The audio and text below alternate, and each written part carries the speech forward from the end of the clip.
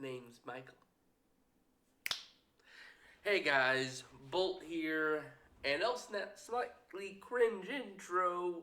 We're here for we're sadly not doing a Nancy Drew this week, just because there's just so much released, and I need to get it done, and this stuff won't be, excuse me, this will not hold up if I don't do it now within a few weeks of it all coming out.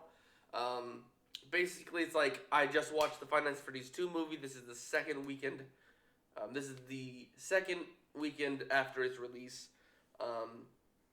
And then we have the new Digital Circus. We have the new Suction Cup Man from Biomations. Um, all in all, there's just so much to do. And then else than like our two 31 Days of Christmas videos, I gotta somehow also add in a Doctor Who video because there is in talks of next year being a Doctor Who special, and I want to get my thoughts out on it. So anyways, let's get into Five Nights at Freddy's 2. Definitely, I'd say this is better in terms of, as a film, it is better than Five Nights at Freddy's 1. As a fan of the series, I say it did some things justice, it just didn't give it time, and then the things that didn't give justice, I just feel like it was rushed. And that's kind of just like the general umbrella sense of what this movie feels like. Um, but definitely, I think the worst things were something that I'm just gonna like slowly go by one to explain. I think no matter what, this film was just to kind of get us to Five Nights at Freddy's 3. Five Nights at Freddy's 3, with the end credit scene being the reveal that the people who will be making Fazbear Frights comes across the ruined pizzeria a day before it's demolished. They find Springtrap. And we'll get to that later about topic. But the biggest thing is that that's kind of going to be hopefully the hypest movie out of the entire trilogy because Five Nights at Freddy's 3 was the hypest in terms of like it coming out. Just because there was so much theorizing at that point. Yeah, Five Nights at Freddy's 4 with the nightmares was pretty cool, but this idea of a hybrid or the last of a kind was nice. But the biggest thing is Springtrap is the most popular character, I believe, in my personal opinion, in the Five Nights at Freddy's franchise. Not to mention, this is going to be a big film with Matthew Lillard and as William Afton being the main focus of this. It will it will fail if they do what they did with Five Nights at Freddy's 1 and 2 with him. This film is supposed to be surrounding him. If you only show him for a peck of it, it failed. This trilogy has failed beyond belief. So going in, before we start actually kind of talking about points of the Five Nights at Freddy's 2 movie, Five Nights at Freddy's 1, I was overly hyped because it was just, finally, we got the movie over so many years. Finally, we got something to look at and maybe some lore to come to.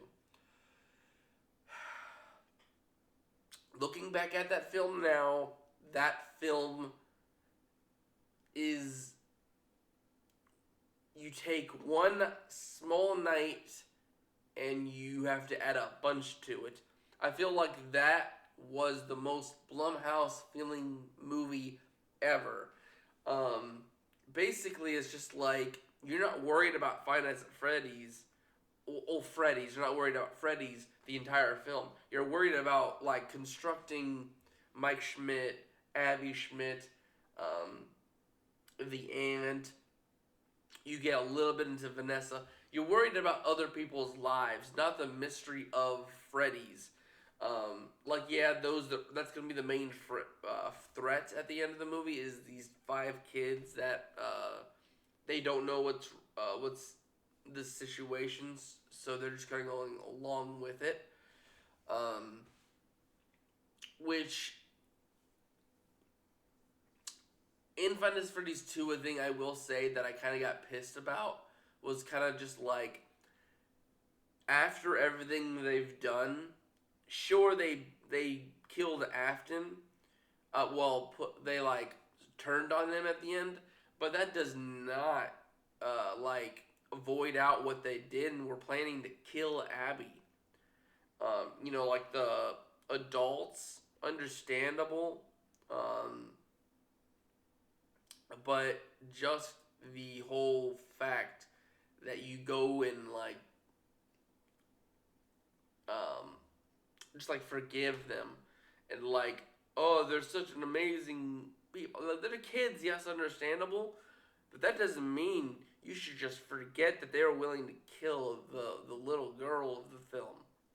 Um, but it's also kind of like I know Scott really wanted to send home the idea that these are kids, but the whole four idea, oh,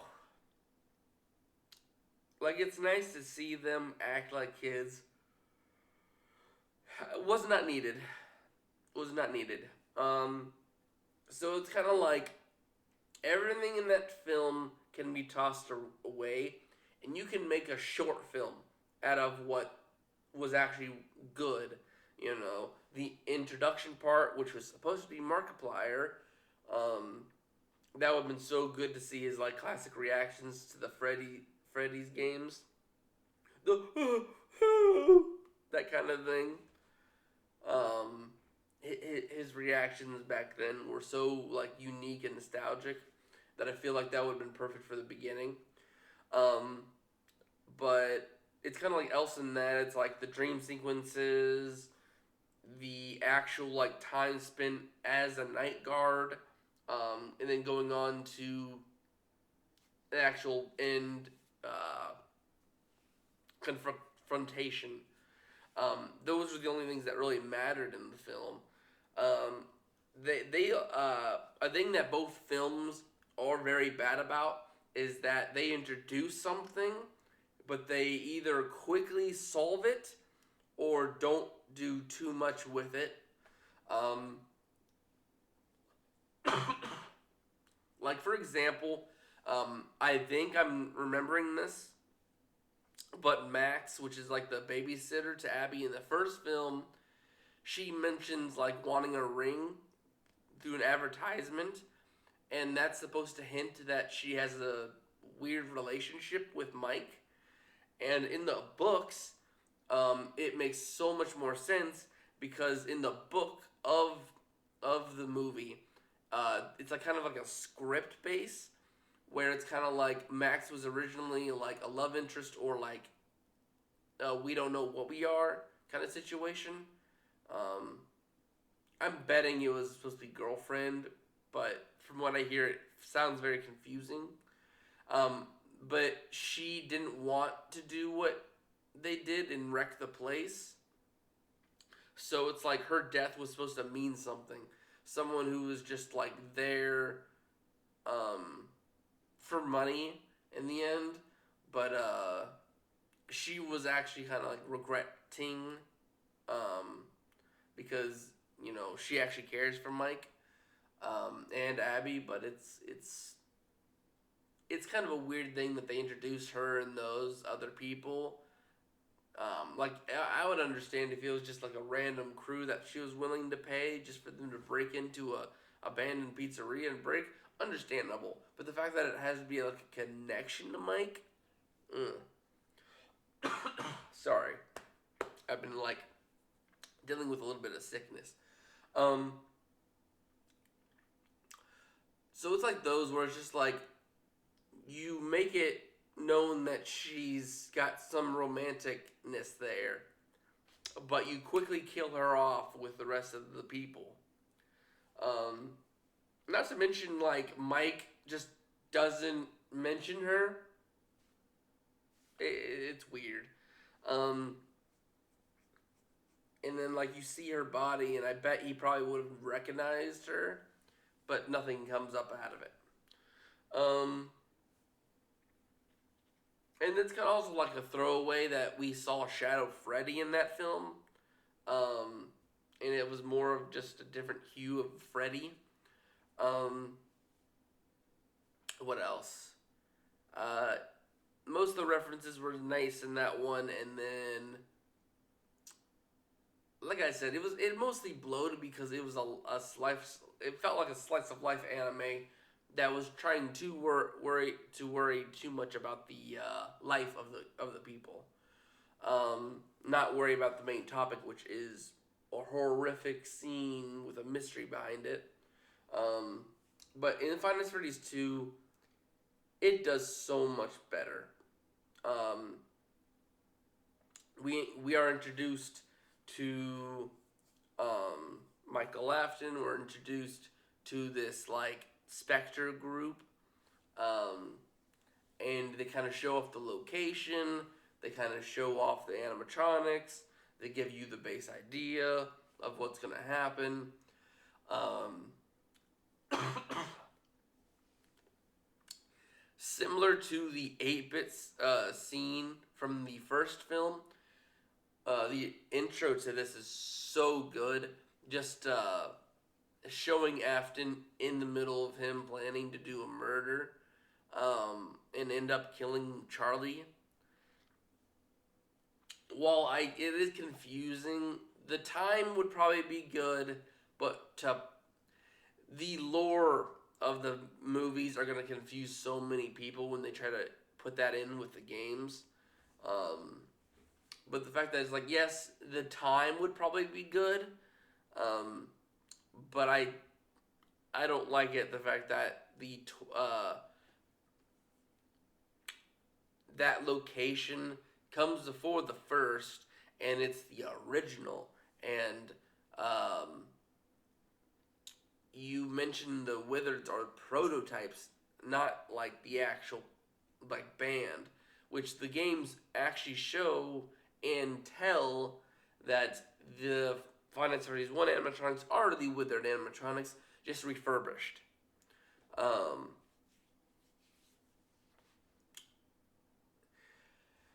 I'm trying to like focus on points. So the intro was amazing. It is a little cringe to have a character like Charlotte. I understand there's going to be outcast and there are people like that, and it is good to show them. But the issue though is just like the dialogue that they give her. I just felt like it was just ugh. Like Charlie in the Silver Eyes books, there's a lot is so like I like that character just because it feels so normal. Um, she just has a little bit of a crazed loop. Um, but and then what else? I don't think we get too much in the games of her personality. Just her through the puppet. Um, it just it was hard to listen to her as an it's very Anik. His name's Anik Skywalk. Anakin Skywalker from episode 2, where it's just like I hate sand. It gets everywhere. That kind of thing.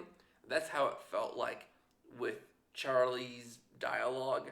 Her actor was phenomenal, but just like I it sat on it for like it was the intro to the movie, so it was quick in terms of time, but it's just like I wanted you to have like one liners and kind of explain the situation, but it kind of felt like you're using this personality a lot here.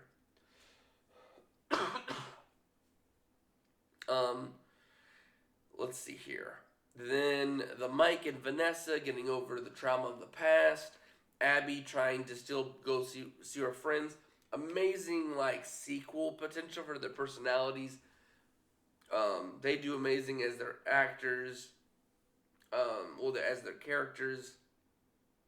Them throughout the film are amazing. They feel like they're their own characters, and that they add to the franchise.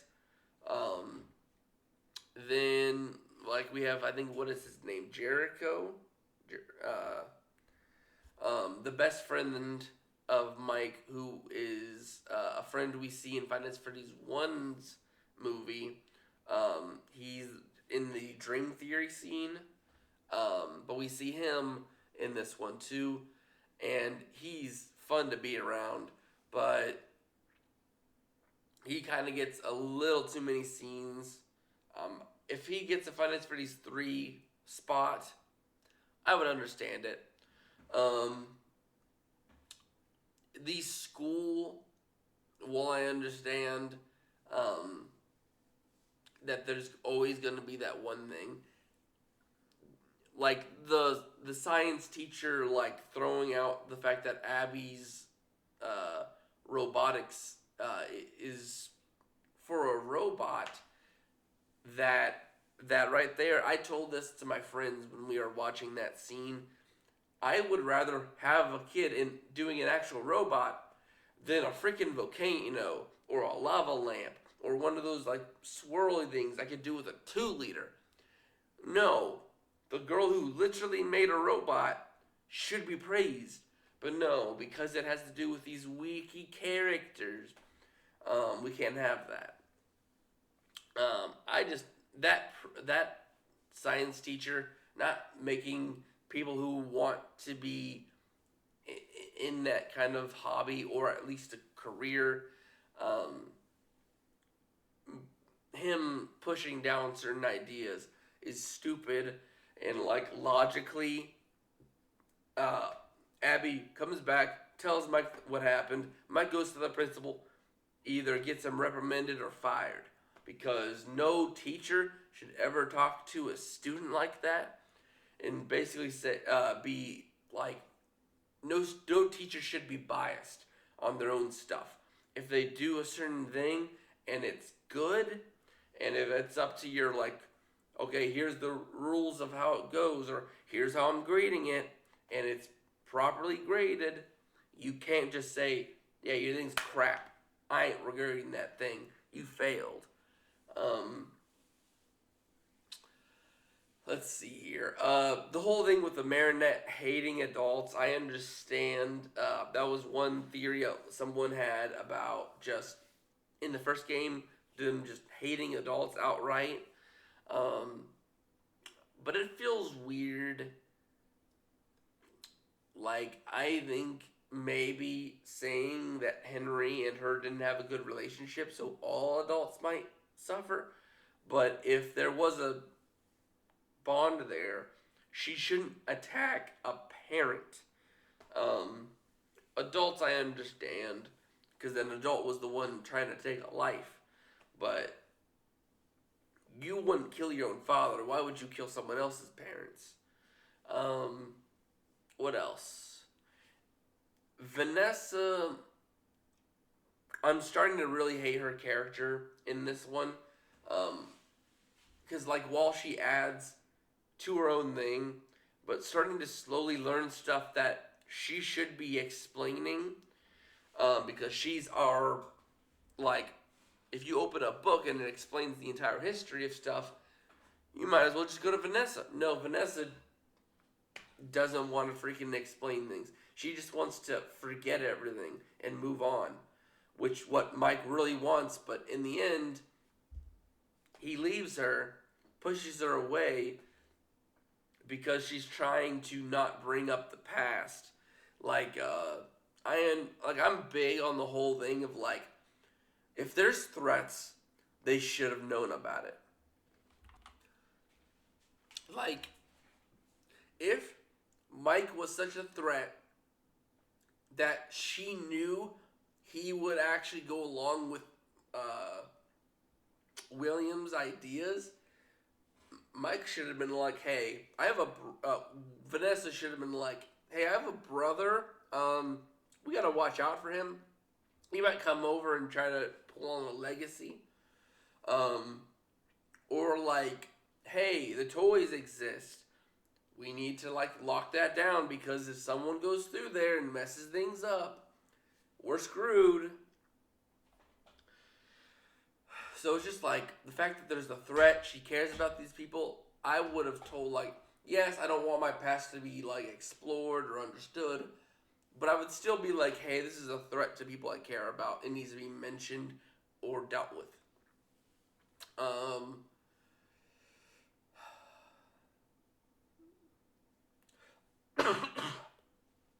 what else? The toys, their voices feel very.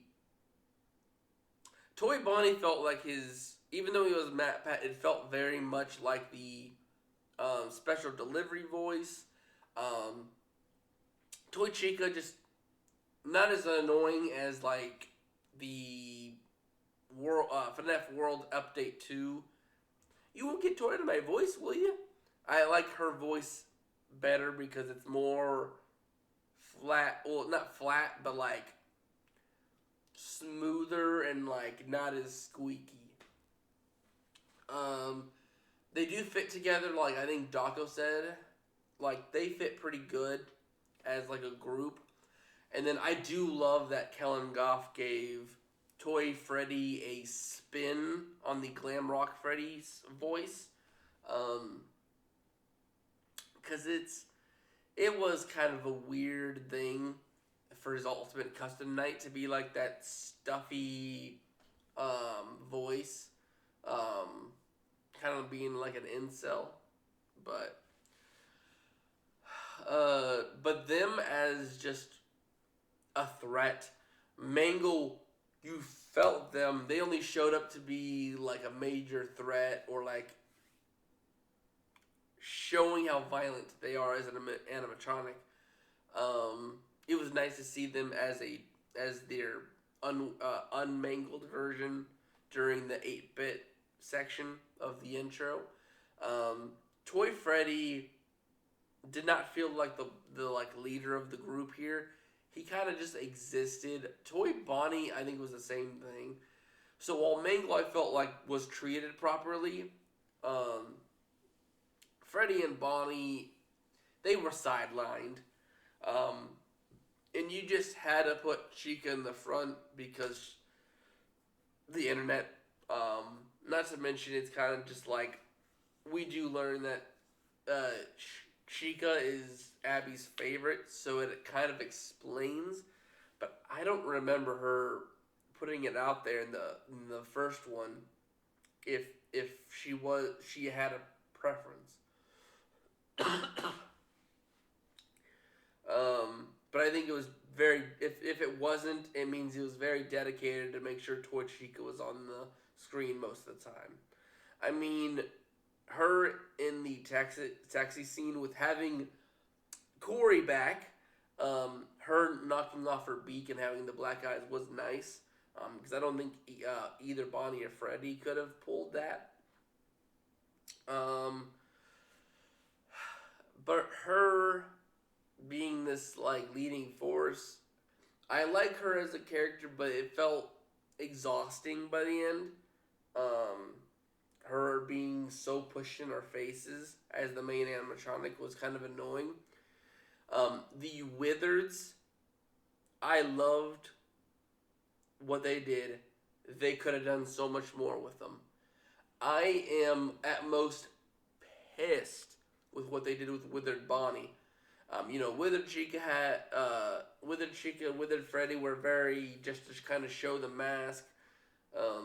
Withered Foxy, I wish they did a Pimations where, um, like he messes with Mike, before going for the attack. Um, but Withered Bonnie is a lot of people's favorites. Um, of the Five Nights at Freddy's 2. My personal is that he's the best of all the animatronics to me, just because he puts an extra layer of scary. to Five Nights at Freddy's 2. Not to mention, he's my favorite in Fnaf world to run. He just gets like, he's in a vent, and the vent gets pushed and closed on him. It's like literally a random door, like that closet. Someone comes in, and I just like, no, I'm good. And then we never see Withered Bonnie ever again. That one I really did not like. We didn't get a Golden Freddy. We got the Spirit of Golden Freddy. We didn't get the Golden Freddy, or Fredbear, which was a little sad. I'm guessing we're going to actually show Fredbear, because it is a Spring Bonnie film. I'm guessing they're holding on to Fredbear or Golden Freddy for another film. Um, oh God, having the We Are FNAF ending with the originals coming in to defeat the toys, it was a little jump the sharkish, but it kind of showed that you gave them a way to kind of make up for the first film, but it's also kind of like, I don't know what I would say. It also takes from what are we doing exactly with the third one, because that means we have not that many spirits to help here. Like uh, the I'll leave the Marinette for last. But it's just else than Marinette. There's not really much to do with this, which means without like a line of animatronics doing something, I feel like the two major characters have to be doing some very, very big stuff, like having Springtrap actually be a like brutalizing murderer. And the third one would be amazing. While like Charlie is like, a theory I have is that we might still see a Golden Freddy pop up, because we might have that the dual theory where it's two people in there, and like, well, yes, the blonde kid has left. I think Cassidy should still be in there, the black-haired girl. Um, Having her actually show up for the third one and be the revengeful spirit, and actually throw, like, if we're doing a finish it, like put a bow on it for all three films, you have to like show Ultimate Custom Night having William go through torture. Um, what's the last one? I really need to like circle up here. Um, see, William, Michael. Michael was kind of weird. I liked his acting. If I closed my eyes, I would have been fine with him. It's just his face is very unsettling, which I think is what they were trying to go for, which is good, but it's kind of like no person would trust him.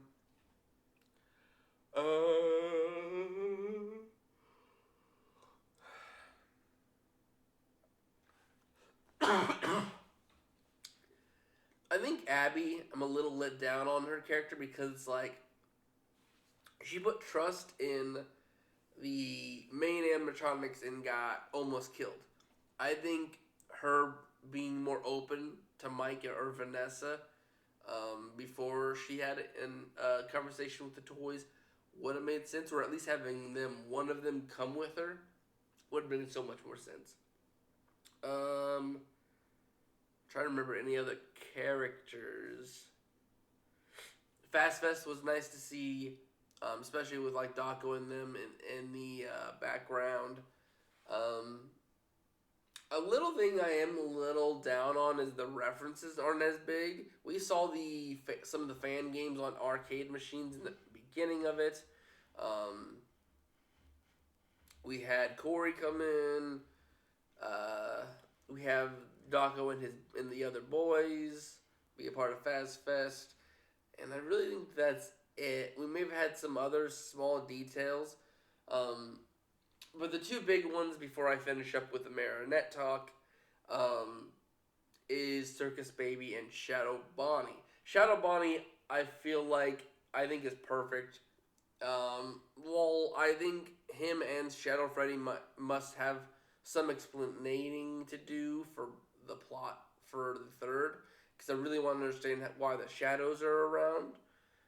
But it was nice because that's kind of how he would be in game, just kind of like flash and he's gone. Um, but for what did I say? Um, oh, the well, no, not the marionette. Oh, Circus Baby. Circus Baby puts a lot of stuff into consideration for our third film, because I feel like you have to kind of like at least tie up 3 and 4 in this one. But now you're saying that we might get sister location, or at least a future film or series where Mike or Michael comes across the bunker. But it was cool to see her, like, it was very detailed, very on the spot, and then just out of like, just like, oh, I have green eyes, I'm looking at you, notice you, and you'll never see me again. It foreshadows a lot, but it will suck if we don't get um, something in the end. Um, so the last thing I'm going to talk about before I make some ideas for the third film or a further film is the marionette. The marionette is the scariest thing to me. I've always been a big like the thing that I'm sensitive about would be the uncanny valley. Um, and the way possession works with the marionette, Abby scared the crumb out of me. And the way the oh, what's her name? I think it was Anne, the leader of the like paranormal group. Um, her like racing after Michael. Um, was it Michael or Vanessa? One of those two. Her just running after the others. Oh, that was creepy. But the reveal of Abby's face as possessed, that one, I see shorts about it, and I'm so creeped out after passing it. Um, but I do like her being like an overarching villain on top of being one that's so strong and powerful. And I do like the idea of instead of DCI, it's just the puppet controlling the toys. But like I said, I don't like the lore way because it's confused with the games. So it's kind of weird um, to see the Wizards be under control. Um, so some predictions. I'm probably gonna say that one of our main characters are gonna die by the end of the third one. A thing I mentioned before is just I think after two, every every string has been pulled, every favor has been brought in. With the 5 MCI victims being gone, it's going to suck. Especially now that we have no Vanessa. Um, Charlie's taking over her. Um, we have Michael hanging around. We have William, who's stronger than most animatronic haunteds. Um, and then what was the last one? Um, but there's a lot of losing and not a lot of gaining in this film. So I think, let's say Mike tries to save his sister, he will succeed, but in his own death.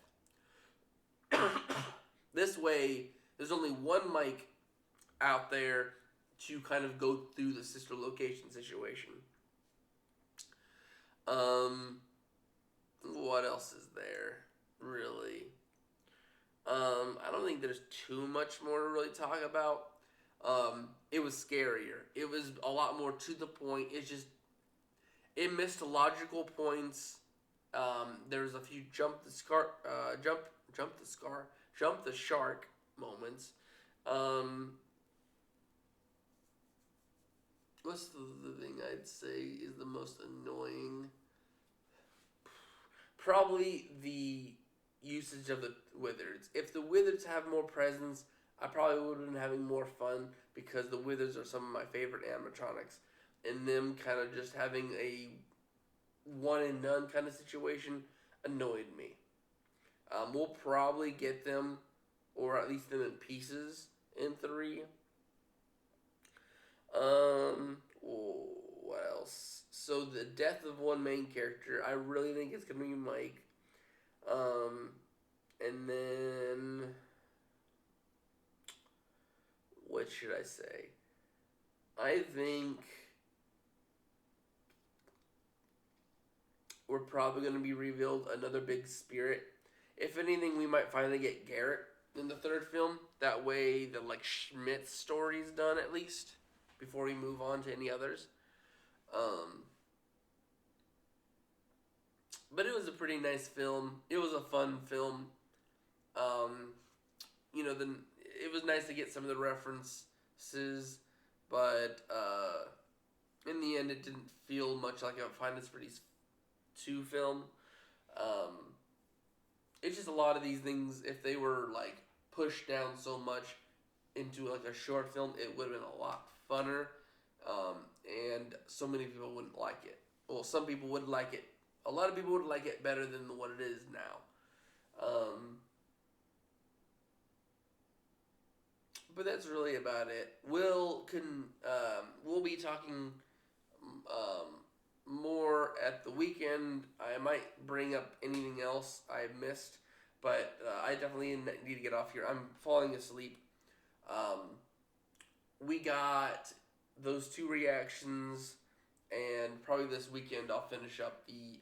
There's a Doctor Who conversation I've been wanting, and I have a small script I'm writing for a possible um, idea that will be expensive and very hard to do, but I think would have been the greatest way to do this special. Anyways, I'll see you guys in the next one. Bye bye.